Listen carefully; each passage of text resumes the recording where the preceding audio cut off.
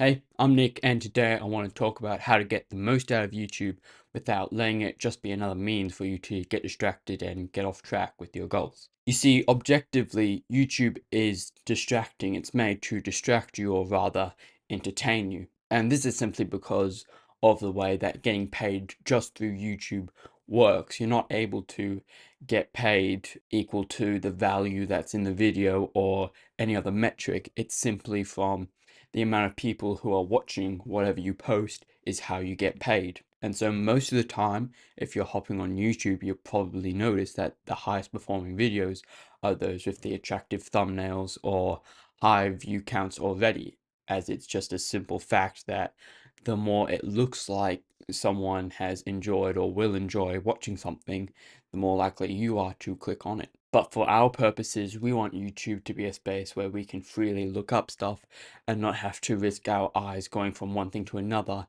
and end up getting distracted and stuck on something else that we didn't even care about in the first place. So I already quickly mentioned it, but by far the most distracting things on YouTube are the thumbnails and the views and ratings of the individual videos. You see, your brain likes flashy stuff. It likes stuff that gives it a lot of information, which is why stuff like high speed montages of a collection of best moments from certain topics, or highly edited, really flashy visuals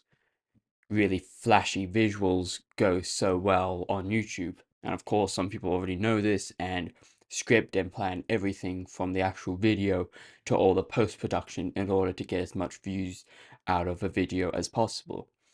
But in a more second-hand way, the actual views and ratings help further decide whether or not your brain wants to look at a certain video, since if it sees a high view count video, then it assumes that it's going to be good and it's going to be worth the amount of views that it has. And in general, it has this measure of, now to fix this, instead of never going onto YouTube to find out any sort of information and staving off it to prevent us from accidentally stumbling upon anything too visually intensive and distracting, the best way to go about this is to just have measures in place so that YouTube is not able to show you those thumbnails and ratings, and you're actually there for your own reasons. And so what you need are these three extensions. You need one called Unhook.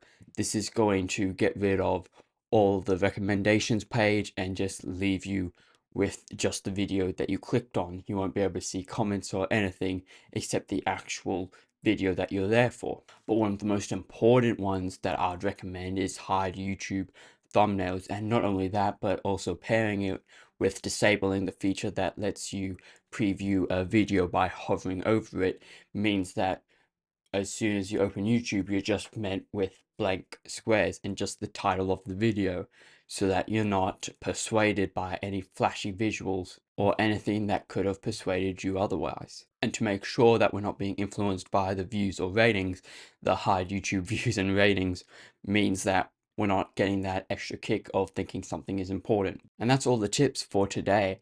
However, the most important step is to actually follow through on this and not think to yourself, oh, I don't really get affected by the thumbnails or the ratings, because the truth is that your subconscious brain is the one that's making those decisions, not your conscious brain where you actually think for yourself. That isn't controlled. And especially so should you keep it on even when you think, I don't really need to be that productive right now because I've already gotten a bunch of things done. It's important to keep up that habit of not letting yourself be distracted by just random things on YouTube. And so the moral is, YouTube is existing in order to distract you and then monetize off that.